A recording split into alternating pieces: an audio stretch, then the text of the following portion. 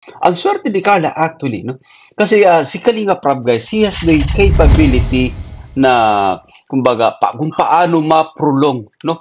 Yung pagiging viral mo, kung paano ma-control yung exposure mo, yung hindi ka palaging nai-expose sa mga tao, no, para hindi manawa. Yan yung diskarte guys. Yan yung isa sa diskarte kung bakit nami-maintain yung kasikatan din, Kaya no? So, habang tumatagal, lalo akong pinapahanga ni Carla. Sa kabila ng kanyang kasikatan, di siya nagbago. Ganun pa rin siya. Tingin niya sa sarili niya is yun. dating Carla pa rin. No? And yun nga, doon niya ako mas pinabilib sa pagiging ano niya, kontento sa mga biyayang natatanggap niya. Yo, what's up guys? Welcome back again sa ating munting YouTube channel. This is Jason Albasan. Sa mapagpalang araw para sa ating lahat, kamusta po sila? Kamusta ang buong pamilya? Naway nasa mabuti silang kalagayan guys sa mga oras na ito. Matapos nga yung napakamatagumpay guys na vlog no, sa part 79 na kung saan ay naipakilala na ni Papa Joms si Carla Bel sa kanyang pamilya, no? At ito naman ay kumbaga tumatak sa atin na mga manonood, tumatak din sa ating direktor, no? At sinundan pa ng part 80 guys. At labis na itong pinag-usapan guys ang part 80 sapagkat medyo interesting pa gawa ng si Papa Joms na bigo, no? O sa kanyang hangarin siyempre na maipasuot kay Carla yung sing-sing. At dahil po yan, panunuorin natin yung naging komento ni Kalinga Prab guys, no? Dito sa kanyang live. At alam mo, matindi itong kanyang komento. So ito yung bibigyan natin ng reaction for today's vlog. Anyway, bago tayo magtuloy-tuloy po sa ating pagre-reaction, sa mga bago pa lang sa ating munting YouTube channel, make sure na mag-subscribe, i-hit ang notification bell para ma-notify po kayo sa mga update dito lamang po sa ating munting YouTube channel. So eto na nga! Samahan yung manood, mag-react, and feel free na mag-iwan guys ng inyong mga komento. Here we go! Yung last episode, grabe. Ay, pero ang masasabi ko lang is lalo akong pinapahanga ni Carla, no? Lalo akong pinapahanga ni Carla. Bihira ang babaeng kagaya ni Carla, no? Para siyang ano eh. Talagang wife material talaga si Carla eh. Pati sa ugali. Di ba guys? Kayo din ba? So, eto na guys, narinig natin kay Kalinga Prab, klarong-klaro, no? Yan na, kumbaga, patuloy pa rin siyang, kumbaga, napapahanga dito kay Carla, no? Carla is wife material, no? Madalas kong sinasabi sa ating mga pagre-reaction, guys, na nakita ni Papa Joms yung quality na hinahanap niya mula sa isang babae. At nandun yun kay Carla po, no? Kaya nga, kumbaga, dati pa sinasabi natin, no? Na kumbaga it's just a matter of timing, no? It's all about timing lang yung ating pinag-uusapan sa pagkakataong ito, no? Kung itong sa part 80, no, kung bigo man si Papa Joms sa maisuot kay Carla Bel yung sing-sing, no? Itong sinasabi ko guys to yan, hindi po nagtatapos diyan yung kumbaga kanyang pagpangungumbinse, no? I think guys, kailangan niya pang doblehin, triplehin yung effort, no? Kasi sa pagkakataong to ay medyo ano pa, hindi pa makapag-desisyon si Carla Bel, guys, to yan. But anyway, i-play pa nga natin to guys, no? Play pa nga natin. Hindi siya basta-basta na lang na hindi na siya basta-basta bumibigay. Yun. Pati sa material na bagay. Ayun, exactly. Hindi na siya mag-upload. Let's pause for ano yan. Hindi niya Speaking of kumbaga, hindi siya basta-basta bumibigay, no? Ayan. Kasi nga guys, gaya ng sinasabi ko, no, sa ating madalas na pagre-reaction, si Carla ay kumbaga nagiging maingat guys, no yan. At magandang ano to, magandang sinyalis ito na kapag ang babae guys ay kumbaga nagiging maingat sa kanyang mga steps na gagawin, ibig sabihin lang nun, guys, kapag nagkatuluyan yung dalawang ito, no, kapag naging sila talaga, maswerte sila sa isa't isa. Bakit ko nga ba nasabi ito guys? Kasi nga, nandyan yung quality ng relasyon guys. Hindi siya kumbaga, alam mo yung kumbaga, pang mabilisan lamang na relasyon, no? And guys, pangmatagalan ito kapag sabi natin sinagot ni Carla Bells itong si Papa Jones, no? I think, guys, ramdam ko pangmatagalan ito kasi nakikita natin yung kay Carla Bells talagang gusto niya, I think, kumbaga, klarong-klaro, gusto niya, sureball siya. Si Papa James naman ay nauunawaan natin, guys, no? Nauunawaan natin na at his age, guys, ay talagang, naghahanap na ito ng, kumbaga, alam mo yung guys, yung babaeng, kumbaga, mapapangasawa, syempre, no?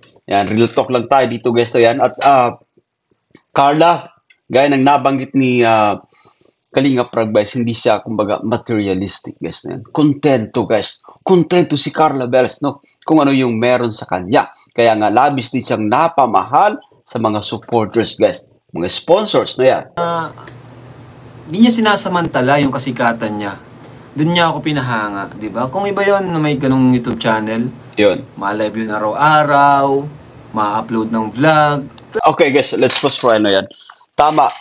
Actually, tama si Kalinga Prab, guys. Hindi siya opportunista. Tama yung sinasabi ni Kalinga Prab. Si Carla ay, kumbaga, isa sa pinaka-viral na Kalingap Angel na may ka-love team, no? At hanggang sa kasalukuyan, nakikita pa rin natin sa kanya yung pagiging down to earth. Kung gaano siya kabait, guys, nung nakilala from the very start, ganun pa rin siya sa kasalukuyan, no? At labis na, kumbaga, ikinatutuwa, guys, no? Ni Kalinga Prab. At patungkol naman sa kanyang YouTube channel, guys, no? Yan.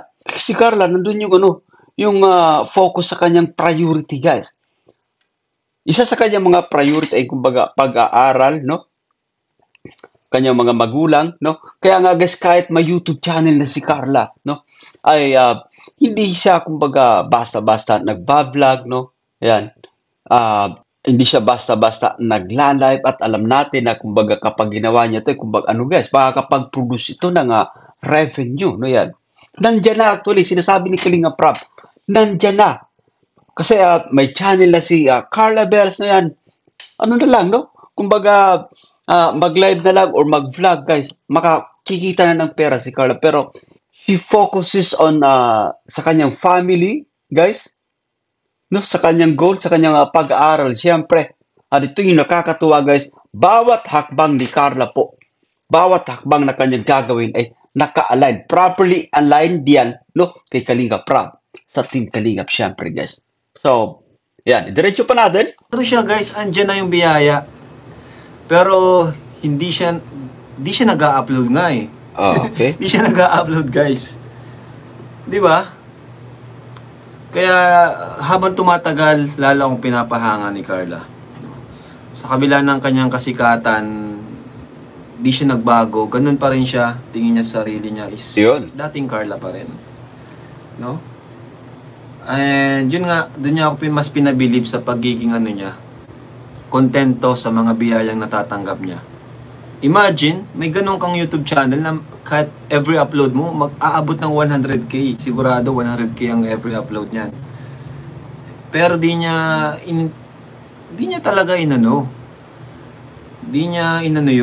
sinamantala pagiging sikat niya.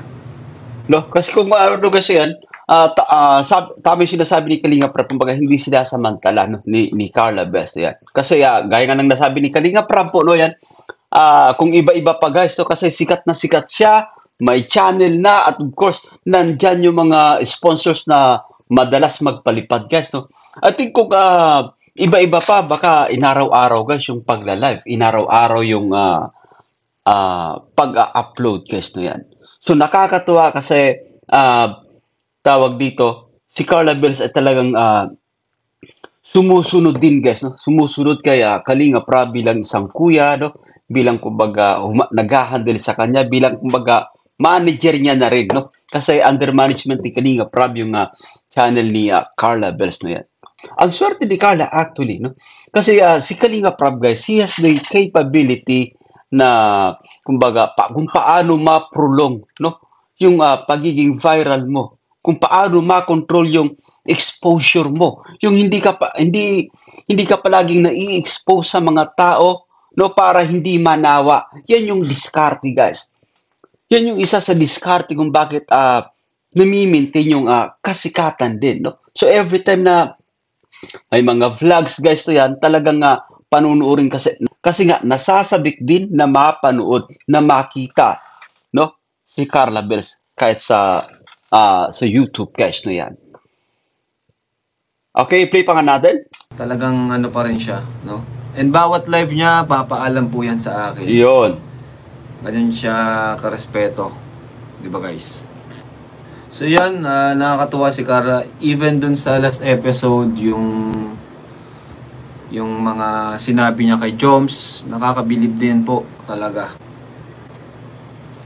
Si Carla bihirang magsalita, pero yung lumalabas sa kanyang mga sinasabi ay talaga namang kapupulutan ng aral, lalo na sa mga kaedad niya. Let's pause for a while, guys. Naalala ko itong episode 80, guys, no? Na kung saan ay nabanggit ni Carla Bells na medyo malalim na kasi na commitment yan, no, yan. So, gaya ng no? Madalas natin sinasabi, Carla ay nagiging maingat lang talaga. She knows how to control her feelings, guys. No? Yung kanyang damdamin, kaya niyang kumbaga kontrolin yan. At hindi siya basta-basta nagpapadala. Ganun siya ka-smart, guys, no yan. Kasi nga naman, guys, so paano pa mapupusa, no? Yung goal mo, yung pag-aaral, as well as yung family mo, kung hindi natin, you are in a relationship kaagad, no yan. So for now, no, maganda yung kumbaga, si Papa Joms ay nagsisilbing inspirasyon para sa kanya. Guys, hindi naman ito natin na maidi-deny talaga na nandiyan na yung kanilang nararamdaman para sa isa't isa. But it's just a matter of, kumbaga, panahon, no? Perfect timing na lang yung ating inaabangan para dito, as well as itong dalawa, yung kanilang hinihintay, guys, no yan. So, nakakatuwa, Kalinga Prab, no? Talagang patuloy na napapahanga dito kay Carla Bells. Carla, isa sa pinaka-loyal din at Kalingap Angel ng Team Kalingap, guys. So, yan. So, that's it, guys. At nagustuhan nyo yung ating pagre-reaction. At sa mga bago pa lang sa ating munting YouTube channel, make sure na mag-subscribe, i-hit ang notification bell para ma-notify po kayo sa lahat ng update dito sa ating munting YouTube channel. Ako po si Jason Albasan. Bye for now and God bless us all, guys.